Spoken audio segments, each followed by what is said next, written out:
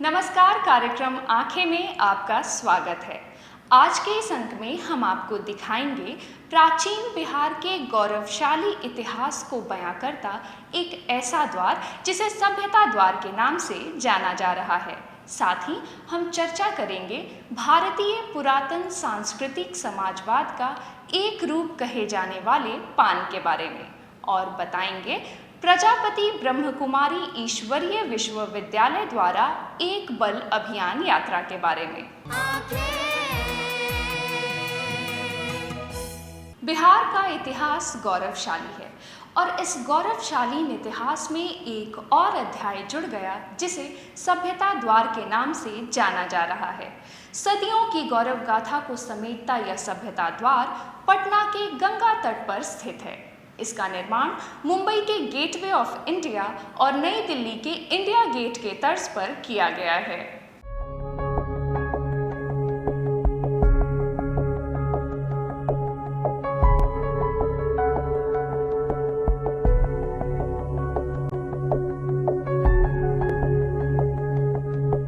बिहार के गौरवशाली इतिहास में एक और अध्याय जुड़ गया जिसे सभ्यता द्वार के नाम से जाना जा रहा है। सदियों की गौरव गाथा को समेटता ये सभ्यता द्वार पटना के गंगा तट पर स्थित है। इसका निर्माण मुंबई के गेटवे ऑफ इंडिया और नई दिल्ली के इंडिया गेट के तर्ज पर किया गया है।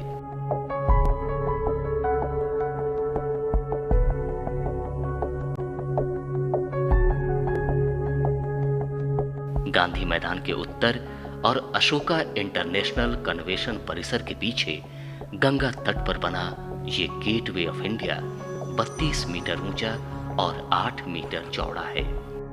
ये द्वार मुंबई के गेटवे ऑफ इंडिया से 6 मीटर ऊंचा है और ये पटना के गोलघर से भी ऊंचा है। ये द्वार मूलतः पाटलिपुत्रा के इतिहास को अपने भीतर समेटे हुए है। एक ओर जहां बुद्ध जैन के संदेश हैं, वहीं दूसरी ओर विशाल एकीकृत भारत के सपने को साकार करने वाले चंद्रगुप्त मौर्य की गाथा। सभ्यता द्वार में एक मुख्य द्वार और उससे लगे छोटे छोटे 2 और द्वार हैं। द्वार के सबसे ऊपर बौद्ध स्तूप की आकृति बनाई गई है, जहां महात्मा बुद्ध और जैन तीर्थंकर महावीर के संदेश अंकित हैं। लाल और सफेद सैंडस्टोन से निर्मित इस द्वार के ऊपर चारों दिशाओं में मिश्रित धातु से निर्मित शेर का प्रतीक चिन्ह लगाया गया है। साथ ही द्वार पर यूनान के राजदूत और इंडिका पुस्तक के लेखक मेगास्थनीज के संदेश भी लिखे गए हैं। पटना का नया लैंडमार्क बनने वाला सभ्यता द्वार बिहार को गौरव दिलाने वाले महापुरुषों की याद दिला रहा है। किसी राज्य के विकास का पैमाना, कानून व्यवस्था की स्थिति, अच्छी सड़कें और बिजली ही नहीं, अच्छे और दर्शनीय भवन भी होना चाहिए। आज भी लोग बिहार आकर गोलघर देखते हैं। मुंबई के गेटवे ऑफ इंडिया, दिल्ली के इंडिया गेट और फतेहपुर सीकरी के बुलंद दरवाजा की श्रृंखला में ही ये सभ्यता द्वार भी है, जो लोगों को बिहार के प्राचीन गौरवशाली पाटलिपुत्र का एहसास दिलाएगा। तो दर्शकों, अभी हम खड़े हैं बिहार के लैंडमार्क कहे जाने वाले सभ्यता द्वार के पास।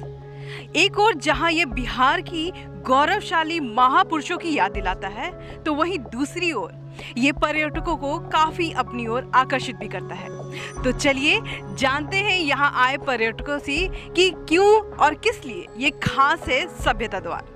मैं इस सभ्यता द्वार को देखने के लिए आई, बहुत दिनों से ललक थी कि मैं इसे देखूं। चारों ओर की व्यवस्था तो मुझे बहुत अच्छी लगी, गार्ड्स बहुत पंक्चुअल हैं, किंतु एक कमी नज़र आई जो यहाँ शौचालय नहीं है, जो पर्यटकों को देखने के समय में कभी भी किसी को ज़रूरत पड़ सकती है, क्योंकि ये अनैच्छिक क्रिया है। इसलिए मैं चाहूँगी कि यहाँ उसका निर्माण कराया जाए। तो यहाँ मुझे बहुत अच्छा लगा कि एक दर्शनीय स्थल है और यहाँ की एक खासियत मुझे बहुत अच्छी लगी कि यहाँ का माहौल जो संगीतमय है, ये मुझे बहुत अच्छे लगे। क्रिएटिव काम हुआ है पटना में। एक ही तरफ से देखते हैं एएन सिन्हा इंस्टीट्यूट, फिर ये 2500 साल पहले मेगास्थनीज ने अपनी पुस्तक इंडिका में प्राचीन पाटलिपुत्र को भारत का सबसे बड़ा और पुराना नगर बताकर इसका गौरवगान किया था। सभ्यता द्वार के जरिए आने वाली पीढ़ियां बिहार के गौरवशाली इतिहास को जानेंगी। ये 1 एकड़ भूभाग में फैला है। सभ्यता द्वार के आसपास काफी खूबसूरत गार्डन बना है। गार्डन भी पर्यटकों को अपनी तरफ आकर्षित कर रहा है। तो दर्शकों, बहुत सारे लोगों से हम लोगों ने बात किया जो यहाँ पटना शहर के ही हैं, मगर कुछ पर्यटक यहाँ पर ऐसे भी हैं जो बाहर के शहरों से यहाँ आकर सभ्यता द्वार को देखने आए हैं। उन्हीं में से कुछ लोग ऐसे हैं जिनसे हम अभी बात करेंगे। तो मैम, कैसा लग रहा है यहाँ आकर के? आप बाहर से आई हैं, बताइए कैसा लग रहा है? मेरा नाम पल्लवी सिन्हा है और मैं आगरा से आई हूँ और मैंने यहाँ के बारे में सुन रखा था और नीतीश जी के कामों को देखना चाह रही थी, तो बहुत ही अच्छा लग रहा है। यहाँ की कुछ विशेषता आप बताइए मैम, कैसा लग रहा है यहाँ की कुछ विशेषता जो आपको बहुत खास आकर्षित की हो अपनी ओर? कुछ बहुत अच्छा लग रहा है। यहाँ गंगा के किनारे बना हुआ है, हम लोग को बहुत पसंद आ रहा है ये चीज़। गंगा के किनारे एक शांतिपूर्ण जगह। आपके वक्त में जब आप लोग यंग हुआ करते होंगे तो उस वक्त ऐसी कोई जगह पटना शहर में आपको देखने को मिली? यहाँ पर ऐसा तो नहीं, एक बना हुआ था, इधर तो बना है, इधर नीतीश जी के समय में चीज़ बना है। मेरा नाम संजीव है। मैं काफ़ी दिनों से पटना में रह रहा हूँ और बहुत दिनों से मैं अक्सर भ्रमण करता हूँ, पटना घूमता रहता हूँ और पहले की तुलना में पटना काफ़ी बदल गया है। खासकर स्वच्छता के मायनों में पटना काफ़ी स्वच्छ है। हालांकि बहुत सारे ऐसे प्लेसेस बने हैं जहाँ की ग्रीनरी है, लोग घूमते हैं, काफ़ी एंजॉय करते हैं। पहले पटना में ऐसा नहीं देखा जाता था। अभी मैं पटना म्यूजियम भी घूम कर गया था वहाँ, हालांकि आज बंद है, लेकिन फिर भी वहाँ इतना अच्छा माहौल देखा। पहले पटना में ऐसा नहीं था। यहाँ की व्यवस्था कैसी लगी आपको? लोग यहाँ पर बहुत देर से घूम रहे हैं, तो कुछ व्यवस्था के बारे में बताइए। बहुत ज़्यादा ही क्लीन है। इवन कि इंडिया गेट में भी इतना क्लीननेस नहीं रहता है, जबकि बहुत पैलेस बना हुआ है और उसकी ज़्यादा मान्यता ज़्यादा इंडिया में, लेकिन उतना क्लीन नहीं है। और मैं मानता हूँ ये मॉडर्न इंडिया गेट है, अभी इस टाइम के लिए मॉडर्न इंडिया गेट है। बहुत अच्छा वर्क किया नीतीश सर ने। मैं यहाँ के लिए बहुत खूबसूरती है, बहुत अच्छी है। मैं तो पहले भी यहाँ आ चुकी हूँ, बट मैं यहाँ बोलना चाहती हूँ कि कुछ एक तो फर्स्ट टाइम की यहाँ ना बच्चों के लिए स्पेशली एक पार्क डेवलप कर देना चाहिए, स्पेशली बच्चों के किड्स के लिए। और अगर हो सके तो यहाँ आसपास कुछ बोटिंग की करवानी चाहिए, जो इससे ज़्यादा और ज़्यादा डेवलपमेंट होगा। और ऐसे तो स्पेशली पटना में बहुत कुछ न्यू हुआ है, जो हम लोग काफ़ी अब घूमने निकलते हैं। संडे हम लोग का स्पेशली जाता है घूमने। और मैं बोलना चाहती हूँ कि स्पेशली ये तो सभ्यता द्वार, मैं जितनी बार भी किसी से भी मिलती हूँ तो यहाँ के बारे में ज़रूर जिक्र करती हूँ कि बहुत खूबसूरती है, जाना चाहिए देखने के लिए। बहुत अच्छा लगा। सब मेरी फ्रेंड, मेरी बहन आई थी यहाँ तो बताई कि दी सभ्यता द्वार बहुत अच्छा जगह है, जाकर देखिए कैसा लगेगा। अच्छा लगा। मुझे यहाँ पे आकर के बहुत अच्छा लग रहा है। मैं यहाँ पे सेकंड टाइम आई हूँ। मुझे ऐसा लगता है कि पटना में ये one of the most beautiful place है, जहाँ पे आके लगता है कि हाँ, हम कहीं पटना में नहीं, कोई अलग जगह पे आए हैं। सो हमको बहुत अच्छा लगा यहाँ पे आकर के। एक तरफ महात्मा बुद्ध और सम्राट अशोक तथा दूसरी तरफ महावीर और मेगास्थनीज की वाणी को स्थान दिया गया है। ये पर्यटकों को आकर्षित करेगी। दर्शक भ्रमण के साथ विचार भी जान सकेंगे। सभ्यता द्वार के जरिए आने वाली पीढ़ियां बिहार के गौरवशाली इतिहास को जानेंगी और समझेंगी भी। सचमुच में आज हर कोई इस भव्य द्वार से रूबरू होना चाहता है। वक्त हो चला है एक छोटे से ब्रेक का। ब्रेक के बाद आपको बताएंगे कि भारतीय सांस्कृतिक समाजवाद का एक रूप कहे जाने वाले पान के बारे में।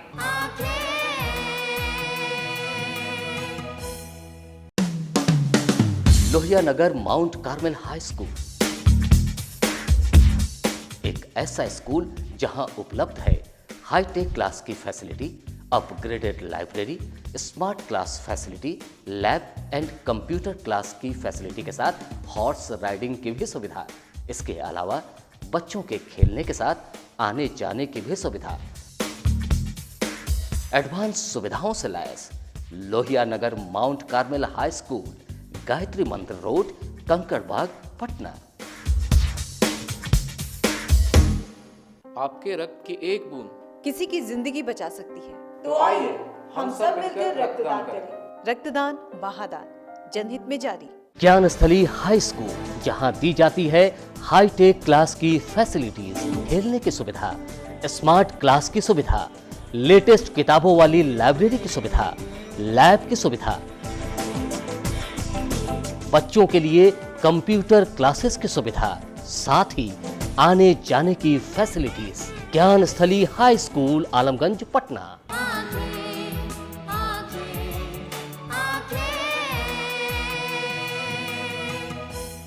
ब्रेक के बाद एक बार फिर से आपका स्वागत है।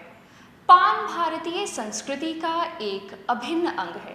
जन्म से मृत्यु पर्यंत विभिन्न संस्कारों में हवन, यज्ञ, पूजन से लेकर देवार्पण आदि में पान की अनिवार्यता स्वीकार की गई है।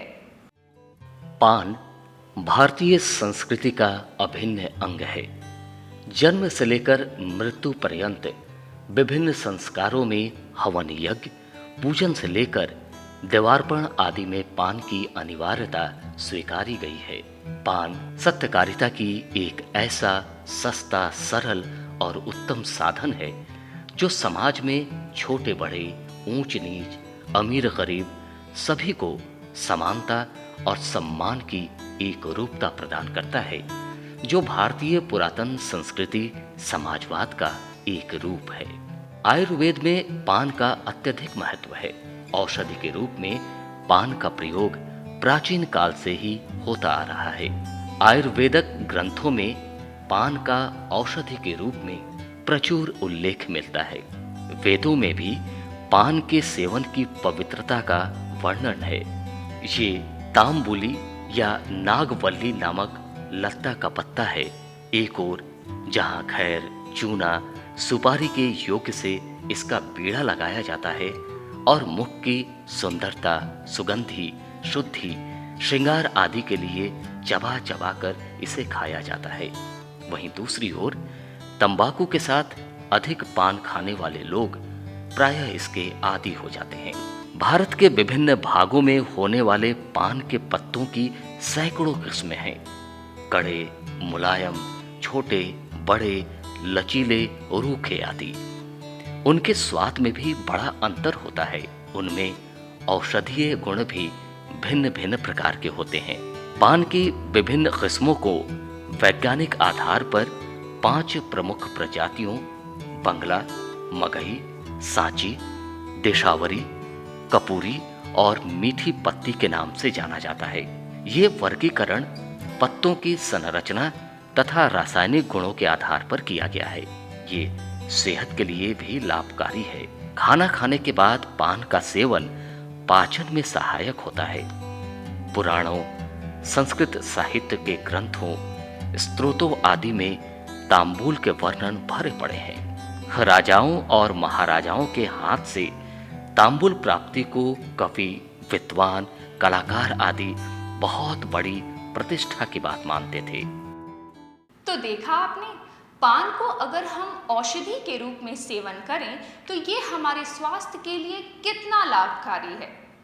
वैसे तो पान आपने बहुत खाया होगा, लेकिन जलते पान को अगर कोई आपके मुंह में डाल दे तो क्या होगा? जी हाँ, हम बात कर रहे हैं पटना के राजा बाजार स्थित मस्त बनारसी पान स्टॉल की, जो आजकल फायर पान के चलते सुर्खियों में है।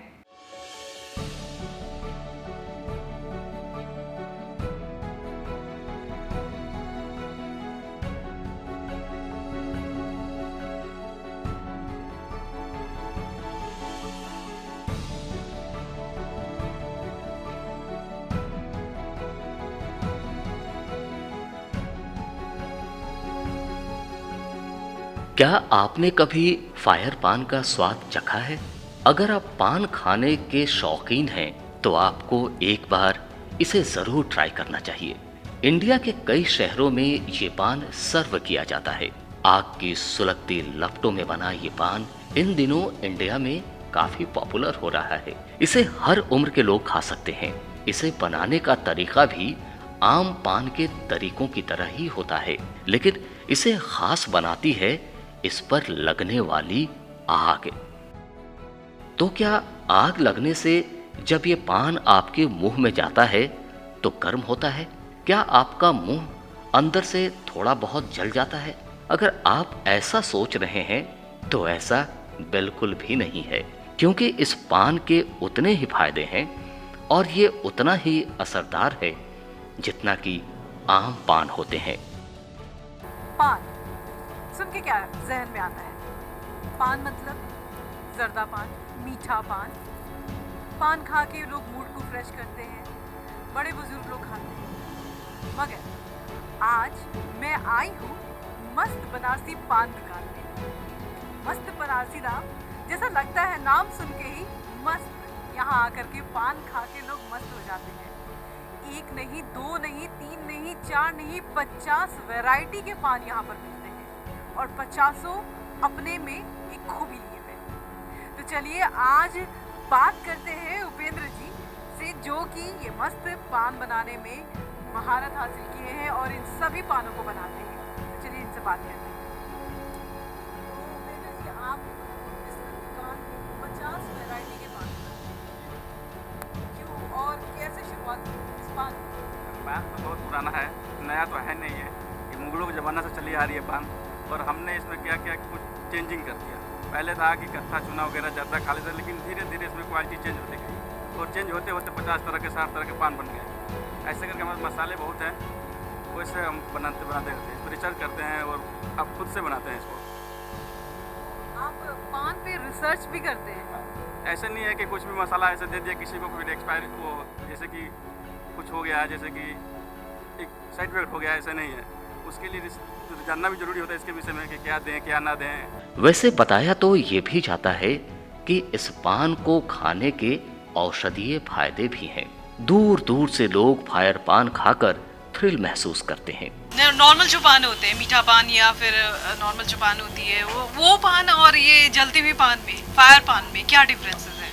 तो बेसिकली तो छोटा वाला पान होता है तो नॉर्मल आपको मीठा वीठा सब डाल देंगे, जो भी इनके होते हैं सब कत्था वत्ता चूना। बट इसमें जो होता है भैया जो डालते हैं इसमें अपना स्पेशल वाला है डब्बा, लाल डब्बा वाला। हम लोग भी पूछते हैं भैया क्या डालते हैं, तो भैया बताते नहीं हैं।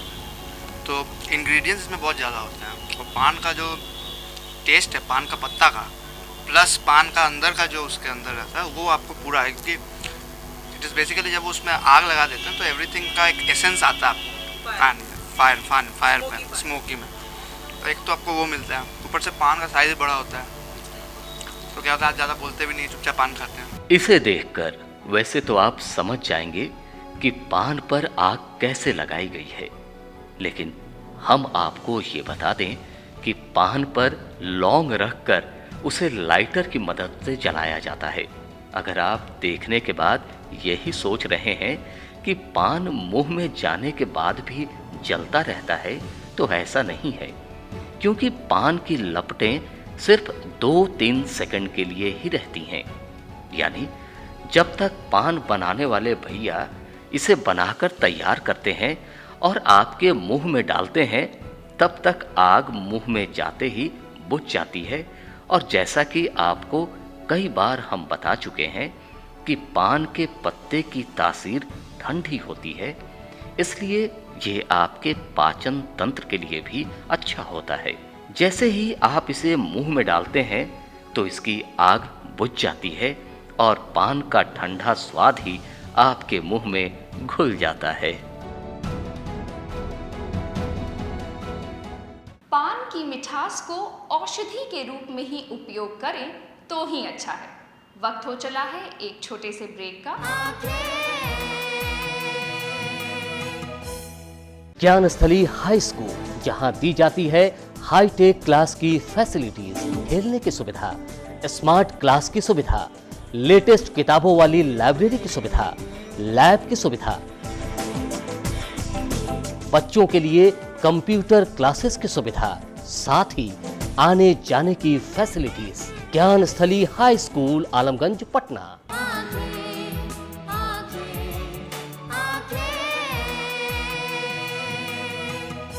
युवाओं के बीच जागृति लाने, सकारात्मक सोच पैदा करने, विभिन्न तरह के भ्रम से और नकारात्मकता को दूर करने के उद्देश्य से प्रजापति ब्रह्म कुमारी ईश्वरीय विश्वविद्यालय के द्वारा एक अभियान चलाया जा रहा है, जिसका मुख्य उद्देश्य युवाओं को आध्यात्मिक मूल्यों एवं चरित्र निर्माण के लिए प्रोत्साहित करना है। प्रजापति ब्रह्म कुमारी ईश्वरीय विश्वविद्यालय के द्वारा युवा भाई बहनों का एक दल पूरे भारतवर्ष के विभिन्न राज्यों में युवाओं के बीच जागृति लाने, सकारात्मक सोच पैदा करने, विभिन्न तरह के भ्रम से एवं नकारात्मकता को दूर करने के उद्देश्य से एक अभियान चलाया जा रहा है, जिसका मुख्य उद्देश्य युवाओं को आध्यात्मिक मूल्यों एवं चरित्र निर्माण के लिए प्रोत्साहित करना है। स्वच्छ भारत के लिए लोगों की सक्रिय भूमिका को बढ़ावा देना और अपने कर्तव्यों का पालन सही रूप से करना इत्यादि। इस अभियान की विशेषता है 2017 से 2020 तक हजारों गांव, कस्बे एवं शहरों में ये अभियान सक्रिय रूप से चलेगा, जिससे लाखों युवा लाभान्वित होंगे। राजधानी पटना के विभिन्न कॉलेजों एवं स्कूलों में युवाओं के बीच ये कार्यक्रम किया जा रहा है, जिससे युवा काफी प्रोत्साहित हो रहे हैं। इस अभियान में पटना जोन प्रजापति ब्रह्म कुमारी ईश्वरीय विश्वविद्यालय के डायरेक्टर ब्रह्म कुमारी संगीता बहन, अभियान यात्री संतोष भाई, पूनम बहन, अनीता बहन, डॉक्टर SN आर्या तथा Lohia Nagar Mount Carmel high school के डायरेक्टर मीनू सिंह मुख्य रूप से इस अभियान को सफल बनाने में अपना अहम योगदान दे रहे हैं। तो देखा आपने, सोच अगर सही दिशा में हो तो इसका प्रभाव भी अच्छा ही होता है। आज का कार्यक्रम आपको कैसा लगा हमें ज़रूर बताएं। हमारा ईमेल एड्रेस है lmcankhe2017@gmail.com। आज के लिए बस इतना ही। अगले अंक में कुछ नए मुद्दों के साथ फिर से मिलेंगे। तब तक के लिए हमें आज्ञा दीजिए। नमस्कार।